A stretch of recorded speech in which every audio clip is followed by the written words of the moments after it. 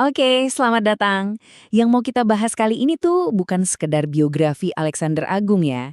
Coba deh, anggap aja ini kayak semacam investigasi, di mana kita bakal bongkar gimana caranya para sejarawan menyatukan kembali dunia yang hilang, hanya dari kepingan-kepingan petunjuk yang tersisa. Oke, ini dia nih peta investigasi kita. Kita bakal mulai dari tantangan paling dasar, yang paling bikin pusing semua sejarawan. Bagian pertama, dilema sejarawan. Nah, ini tuh soal nyusun puzzle raksasa. Tapi bayangin, sebagian besar kepingannya tuh hilang. Udah gitu, yang tersisa seringkali nggak cocok satu sama lain. Pusing kan? Jadi, gimana caranya coba bikin daftar siapa dia dari zaman yang kayak gini? Nggak ada medsos, nggak ada akta lahir. Bayangin deh susahnya minta ampun buat ngidentifikasi ribuan orang dari catatan yang sering kali simpang siur dan ditulisnya ratusan tahun setelah kejadiannya. Nah, kita mulai dari yang paling basic. Nama, sumber-sumber kuno itu kan nggak punya kamus ejaan.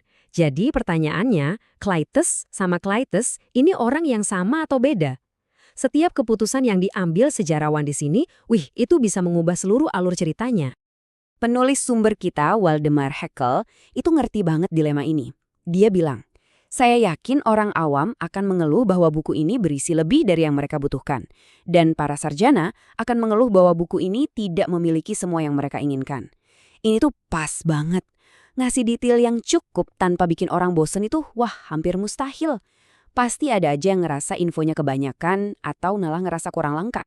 Oke, sekarang yuk kita masuk ke intinya. Kita kenalan sama orang-orang di lingkaran terdalam Alexander, para prajurit, para penguasa, dan para ahli strategi yang ngebangun kerajaannya. Kita mulai dari sosok yang mungkin jarang banget Anda dengar. Adea. Dia nanti lebih dikenal sebagai Eurydice. Dan ceritanya ini, wah bener-bener mematahkan banyak banget stereotip.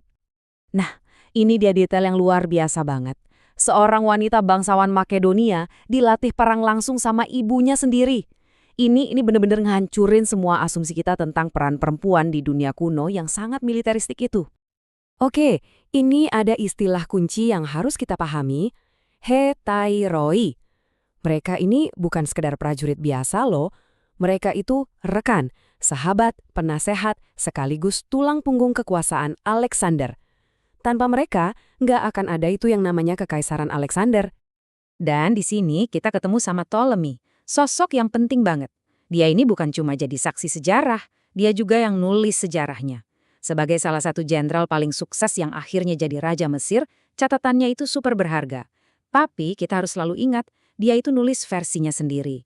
Dan ya, di versinya itu dia seringkali kelihatan paling hebat. Tapi Kekaisaran Alexander itu nggak dibangun cuma pakai pedang loh. Yuk kita lihat sisi lain dari dunianya. Ada para seniman jenius dan insinyur hebat yang ngebentuk citra dan teknologinya. Coba pikirin Opheles ini. Dia itu kasarnya kayak manajer humas pribadinya Alexander. Cuman dia yang boleh ngelukis sang raja. Artinya apa? Artinya dialah yang ngebentuk gimana dunia ngelihat Alexander. Ini tuh kayak propaganda visual zaman kuno dan efektif banget. Terus ada Lysippus, si pematung. Dia yang nyiptain ciri khas Alexander, kepalanya yang miring itu loh. Ini tuh branding yang cerdas banget, bikin dia langsung dikenali. Taktik yang sama masih kita lihat kok dipakai sama pemimpin dan selebriti zaman sekarang. Di balik setiap kemenangan militer yang gemilang, ada kejeniusan teknis. Insinyur-insinyur kayak Chares inilah otaknya. Mereka yang bikin mesin-mesin pengepung canggih buat naklukin kota-kota yang paling kokoh sekalipun. Inovasi teknologi itu jadi kunci penaklukan Alexander. Nah, setiap sejarah pasti punya sisi gelapnya kan? Dunia yang penuh bisikan, legenda, dan konspirasi. Sekarang kita masuk ke bagian yang paling sulit, mencoba misahin mana yang fakta dan mana yang, ya, cuma fiksi. Ini ada cerita yang terkenal banget, Alexander ngasih selir kesayangannya ke pelukisnya, Apelles. Kalau beneran, ini nunjukin sisi dermawannya. Tapi, sumber kita sendiri bilang, ini kemungkinan besar fiktif. Nah, ini contoh sempurna gimana sejarawan harus selalu curiga sama cerita yang kedengerannya terlalu bagus untuk jadi kenyataan. Kisah yang ini juga kaya banget sama simbolisme. Jadi, ceritanya, mahkota Alexander itu jatuh pas lagi berlayar. Terus, ada pelaut yang berenang buat ngambil. Biar nggak basah, dia naruh mahkotanya di kepalanya sendiri. Sumber-sumber kuno menafsirkan ini sebagai pertanda kematian Alexander dan bangkitnya penerusnya. orang yang bakal pakai mahkota selanjutnya. Entah beneran kejadian atau enggak, cerita ini nunjukin gimana sebuah peristiwa bisa diubah jadi legenda. Tapi di antara legenda-legenda itu, ada ancaman yang sangat nyata. Konspirasi Hermolaus ini melibatkan para abdi dalam kerajaan, bahkan termasuk anak seorang satrap, semacam gubernur provinsi. Ini nunjukin kalau bahaya terbesar buat Alexander itu nggak selalu datang dari musuh di medan perang, tapi justru dari orang-orang terdekat di istananya sendiri. Jadi, setelah ngelihat semua kepingan ini, nama, cerita, konspirasi, apa sih yang sebenarnya bisa kita pelajari dari dunia yang hilang ini? 104. Bayangin deh, hidup sampai umur 104 tahun di zaman itu. Ada sejarawan namanya Hieronymus dari Kardia yang konon hidup dari sebelum Alexander berkuasa sampai era kekaisarannya pecah berkeping-keping. Satu orang, tapi dia nyaksiin semuanya.